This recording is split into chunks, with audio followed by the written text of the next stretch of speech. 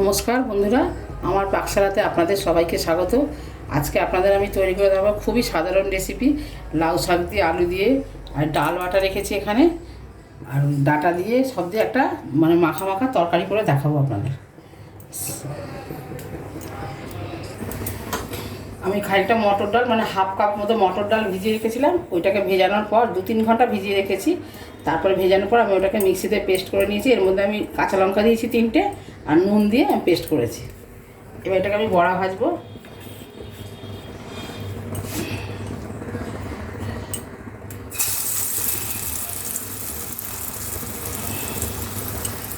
আপনারা চাইলে বড়ি দিয়েও করতে পারেন, বড়া দিয়ে করলে ঝোলটা খুব স্বাদ হয়।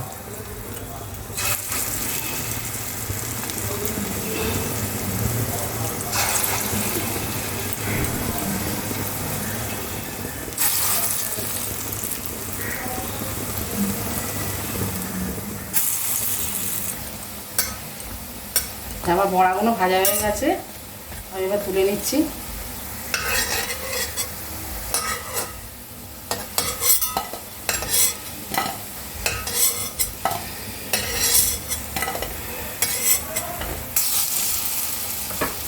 আমার ওগুলো ভাজা হয়ে গেছে, আমি তুলে নিয়েছি। আবার আমি এইগুলো ভেজে নেবো। এই একই রকমভাবে সব বড়াগুলো আমি ভেজে নেবো।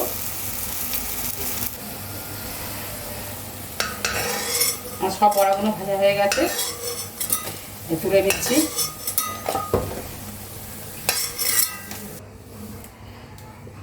ওর মধ্যে আমি আরেকটু তেল দিয়েছি, দিয়ে এর মধ্যে বেগুনগুলো ভেজে তুলে নেবো।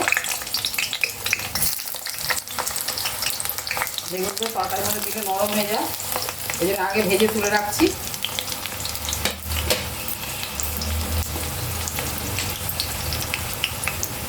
এর মধ্যে অল্প একটু নুন দিয়ে দিলাম,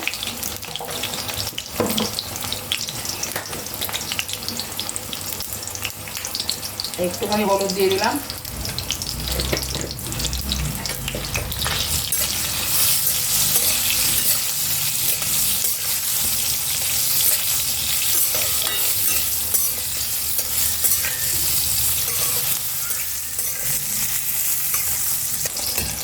আর বেগুনগুলো ভাজা হয়ে গেছে, আমি তুলে নিচ্ছি।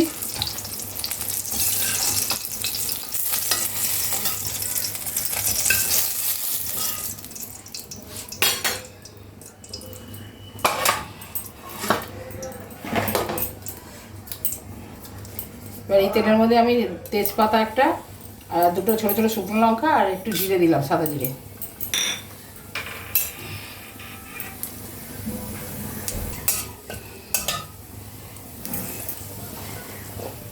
এবার আমি আলুগুলো দিয়ে দিলাম।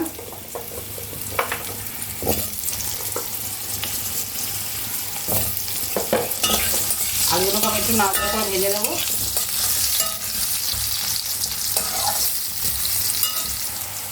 এবার আমি এর মধ্যে ডাটাগুলো দিয়ে দেবো।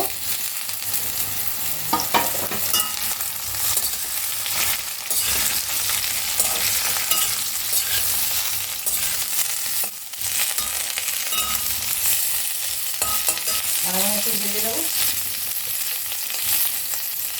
আন্দাজ মতো নুন দিয়ে দিচ্ছি, কাঁচা আছে ওই আন্দাজে নুন দিয়ে দেবো।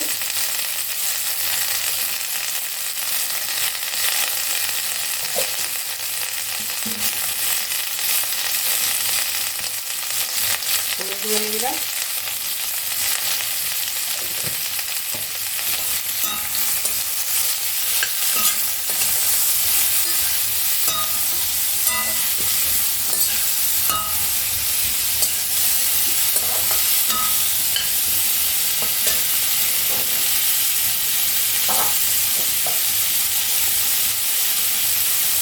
ধনে গুঁড়ো দিলাম।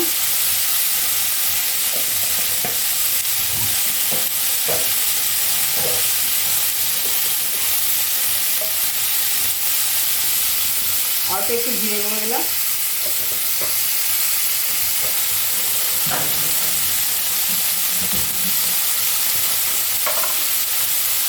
শুকনো লঙ্কা গুঁড়ো অল্প করে দিলাম, আগে বেশি ঝাল ভালো লাগবে না।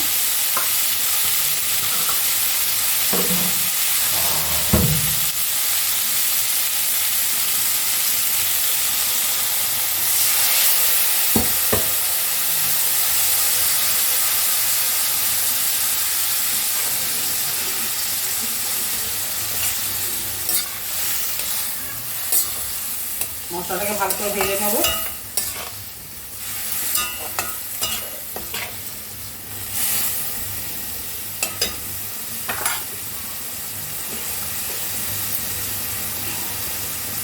মিষ্টি দিয়ে দিলাম, মিষ্টিটা আপনারা অবশ্যই দেবেন, নাহলে ভালো লাগবে না।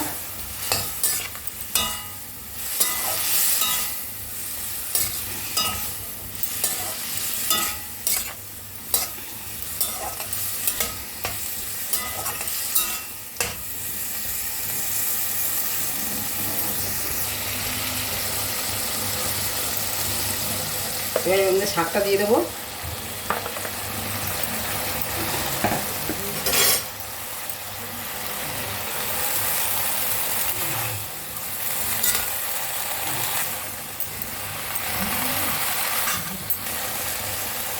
শাকটা দিয়ে বেশি ভাজবো না, আমি এবার জল দিয়ে দেবো।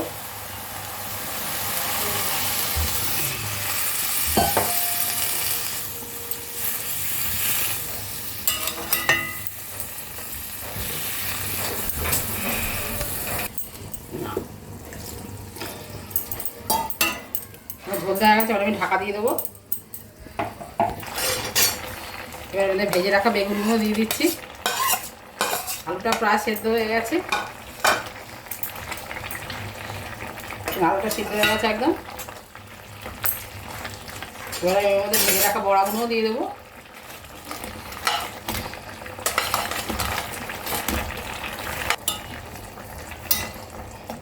এর মধ্যে বড়াটা দিয়ে দিয়েছি। ঠিক 4-5 মিনিট পর আমি নামাবো।